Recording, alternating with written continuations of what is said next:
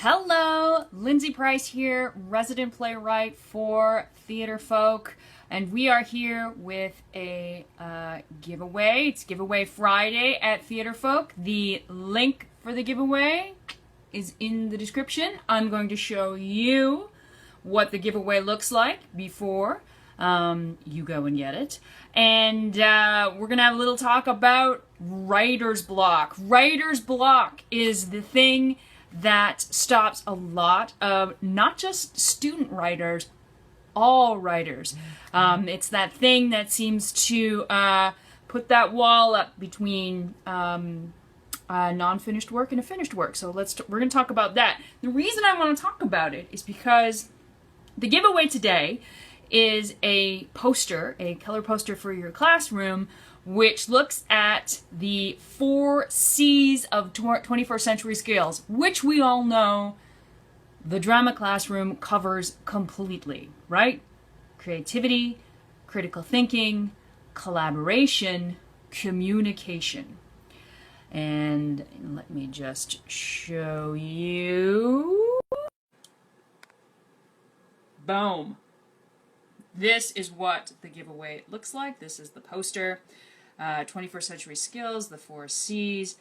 We all know this is exactly what the drama classroom is made up of, right? Creativity, trying new approaches to get things done equals innovation and invention. I'm going to talk a little bit about how students get writer's block often happens when students get caught up in the notion of creativity. I'm not creative. I can't write a play because I don't have creative ideas. And the fact of the matter is, and the definition of creativity has more to do with just doing something new, right? Scientists are creative. Creativity is not something that is a artist-only domain. Critical thinking, looking at problems in a new way, linking learning across subjects and disciplines. Hello. Goodbye. And critical thinking for playwriting has to all of that has to do with the rewrite section. When you are looking at a play, it's not just one and done. It is not just one draft and then you are finished the play. Critical thinking is all about looking at your play and considering how you're going to rewrite it. There's a quote that says that anyone can be a playwright. Anyone can write anything. It's that, but what really makes a writer is in the rewrite section. Collaboration. If you are working with having your students work together to write a play, which can be challenging. Let's say it's challenging. And the whole notion of working together to reach a goal with a finished product. And communication. The act of a play is to communicate to an audience your thoughts, your questions, your ideas, sometimes your solutions. Depends what kind of play you're writing. And that's all about communication. So this is the poster, Drama Teachers, 21st Century Skills, the 4 C's, creativity, critical thinking, collaboration, and communication. So let's talk about this whole notion of how these 4 C's work in writing a play, and also how writer's block is something that gets in the way of finishing a play. Creativity, anything where you can take an idea, take even a fragment, and turn it into a piece of theater, that's being creative. And it's really important when you're working with students to demystify what creativity means, and that we all have it in us to be creative. All it is taking something and putting it in a new frame. Taking a poem and turning it into a play is creative. Taking a news story and turning it into a play. Just the act. We're not talking about the content yet, not even talking about the language, the dialogue, the characters. Just simplify and demystify the whole notion of what it means to be creative. there's lots of work to be done, certainly. You know, you can't just throw something on the page and then turn around and go, there you go, see, I'm done, I've been creative. However, the more we can demystify what it means to be creative, I think that that's going to help writer's block, because that's the first thing that everyone turns to when they are giving themselves reasons why they can't move forward with a piece or can't move forward with a play. I'm not creative. And then critical thinking. It's really important to look at your, for students to look at a piece that they're working on with a critical thinking eye. How do you do that? How do you move students beyond their first draft?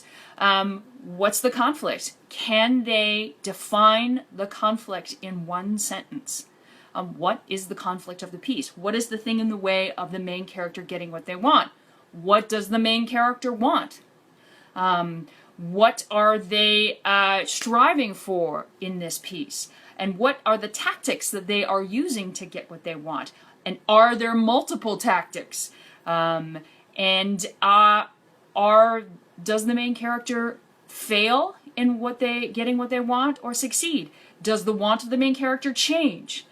These are all things that often the first draft is the on-the-page draft, and it's a lot of story sometimes, and just taking an idea and sort of making it work. And the fact that they get to the end of the first draft is an accomplishment, absolutely. But that critical thinking piece is necessary to take a work to the next level. Again, we're not talking about making a piece that's going to go to Broadway or be published or any of that. It is simply the act, the creative act of turning something into a play, which is a great expression of one of the identified 21st century skills, creativity, and then thinking about that piece, adding the critical thinking layer. As I am talking here, if you are watching, tell me, how do you deal with writer's block? How do you let your students deal? How do you get them to deal with writer's block? Is it a stumbling block? Is writer's block your stumbling block in your playwriting units? So critical thinking, just taking something and turning it into a play, that's creativity, demystifying creativity, simplifying creativity. Critical thinking, that's the layer you add when you want your students to move beyond the first draft, when you want them to, when there's all this notion about how do we get our students to make their play better without saying the words, make your play better, defining conflict, defining the wants for the character, doing character profiles. Who is this character and how do they exist beyond the confines of the play? Sometimes student writers write characters who only exist within the story, within page 1 to page 20. And that often means that characters feel flat and they are there to exist for the plot, as opposed to being a character who lives and breathes and just happens to be living the story while trying to get something, while trying to accomplish a want and having tactics to achieve that.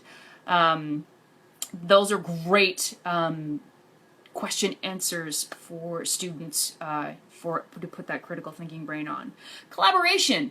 So many drama classes use group work for their playwriting unit because they have so many students. Everybody's got to work together in groups to go to that final goal of a finished play, a finished product. And that's hard. I think it's hard to write as a group. It's hard for everybody's ideas to be taken as equal and at the same time moving the work forward. It's hard when somebody feels that they have nothing to contribute and don't, and another person feels they have everything to contribute and they do.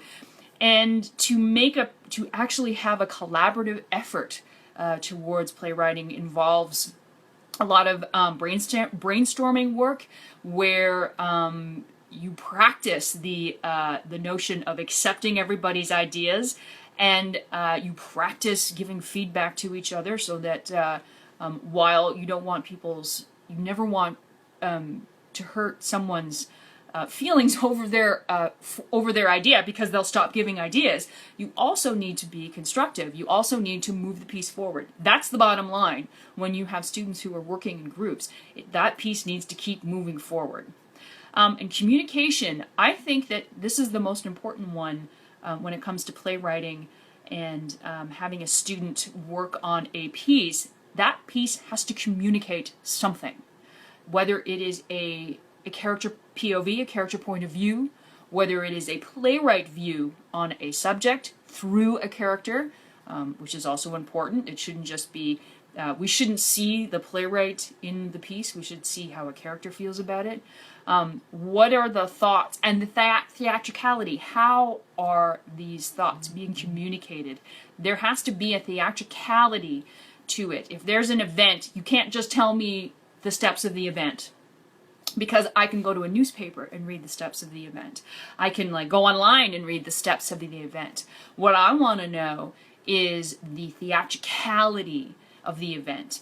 Are my characters, are they ghosts? Are they dead? Are they speaking about this event beyond the grave? Is there a dead character and a live character? Is this if you're taking a subject and you're putting it on Mars, so we're looking at a subject from a different perspective. Or do all the characters speak in verse? In communicating this? Do you want to talk about the deconstruction of language? And so nobody speaks complete sentences. Do you want to talk about the present by putting it in the past or putting it in the future? All of these are theatrical ways to look at a story. And I think a really great way to start off a playwriting unit is to look at existing plays and read them. Ask students, what is this play communicating? And how is it communicating the idea theatrically? And sometimes plays don't always succeed at that, which is okay, and that's good to point out too. But what's the communication, and how is it communicating it theatrically? Okay, so that's creativity, critical thinking, collaboration, and communication. That's our giveaway, is a poster. The link is in the description, and I'm just going to show it to you one more time, and then I'm going to talk about writers. It's very pretty. And I just think it's a really great little giveaway. Okay, so it's all very well and good to talk about how the 4 C's, 21st century skills of creativity, critical thinking, communication, and collaboration, how that is all playworthy, and that the best way to put all of those together is to have your students write a play. That's all really well and good to say, except when students meet that wall of, that wonderful wall of writer's block, where nothing seems to be moving forward, and they don't feel creative. They can't do any critical thinking because they don't even have a first draft. Maybe they're working in a group and everyone is fighting, and they don't know what they're communicating. They can't pinpoint it. They can't put it on paper, and writer's block happens, and then nothing moves forward. So I think the first thing to talk about is the fact that writer's block happens to everybody. It happens. So there will be days, sometimes many days, where your brain just doesn't want to produce. The problem comes when writers and student writers are so paralyzed by the notion of writer's block, and sometimes they're paralyzed with good reason, because maybe they're working on a class project, and the longer that writer's block goes on, the closer you get to your submission date, and then panic can set in, and paralyzing panic is never a fun experience. But the thing that needs to happen is that when writer's block occurs, the worst thing you can do is walk away, I think. The worst thing you can do is walk away from your piece and go, I'll come back to it tomorrow. Because then tomorrow comes, and the easiest thing to do is to go, oh, I'll just do it tomorrow. and then tomorrow happens, and tomorrow happens, and tomorrow happens, and you still haven't done any writing, and now you're terrified to write. You're terrified to put anything down on the page. And the best way to get out of writer's block is to write your way out. And to write your way out with the knowledge that what you may put on the page may suck. And that is, it's very freeing at times when I'm in a place and I'm working on something and it's not happening and I don't know where to go. Instead of going, I'll come back to it tomorrow, I go, okay, I'm going to write one page. I'm just going to write one page. I'm going to get my notebook and I'm going to get my pen. And sometimes I even set a timer. I'm like, okay, I'm going to write, here's an ending, and all I have to do is write for 5 minutes, and I'm just going to come up with the silliest ending possible. That's a really great way to help your students get out of writer's block, is that pinpoint something that they have to do. So I'm going to write the last page of my play, and then take it to an extreme. I'm going to write the silliest ending I can come up with. I'm going to write the horror ending of this play. I'm going to write the most romantic ending I can come up with. Give them a focus. I'm going to write the end. Give them a direction.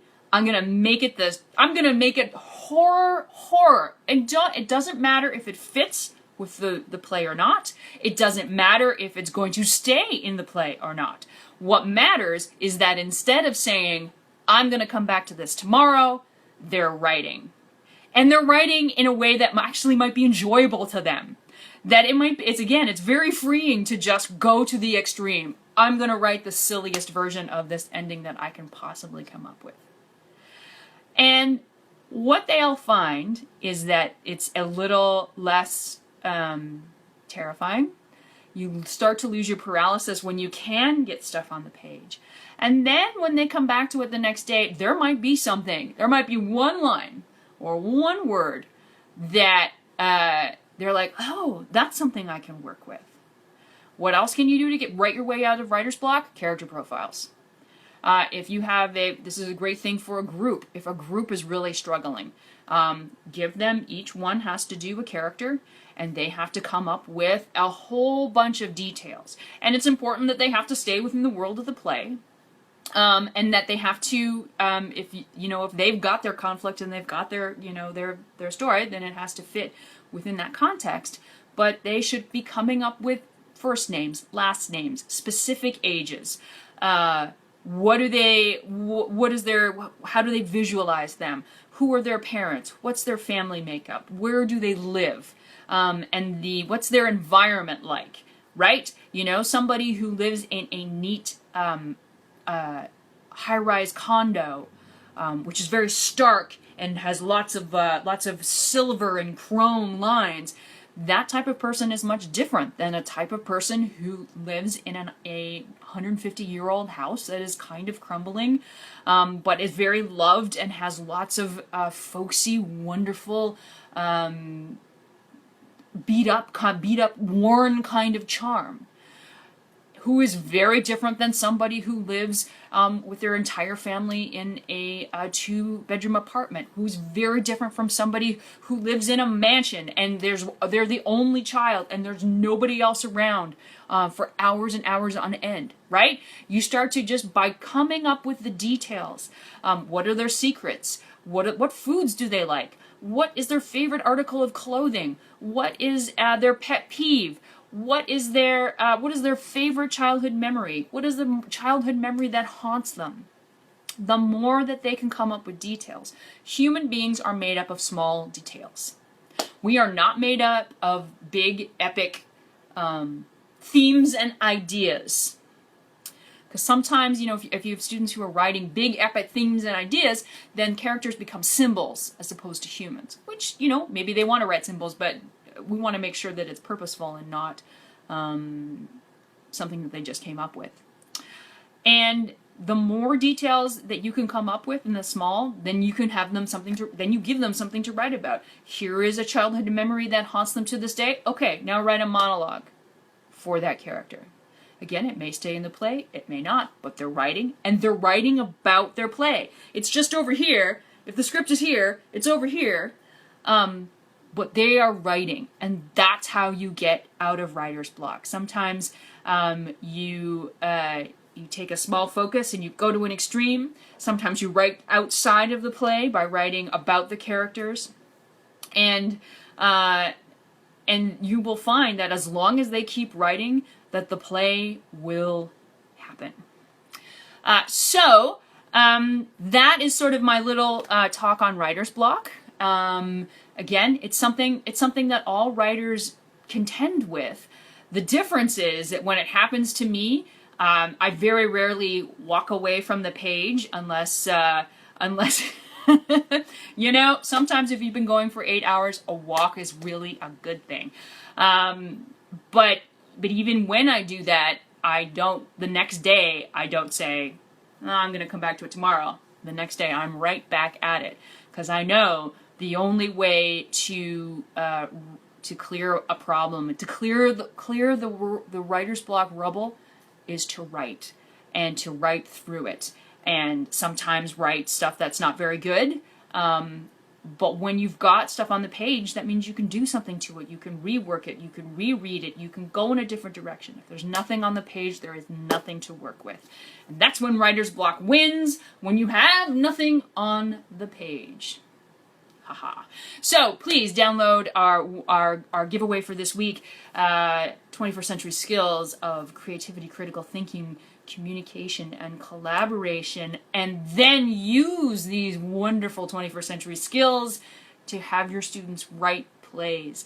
And when they get stuck and when they encounter writer's block, as everybody does, so it's not a big deal, it's not a big thing, encourage them to write through it, whether they are writing through it by doing character work, whether they're writing through it by doing taking a scene and writing in a completely different fashion than they've been writing usually, whether they just put words on the page and know that they're not the best words, but they are words, and that's important.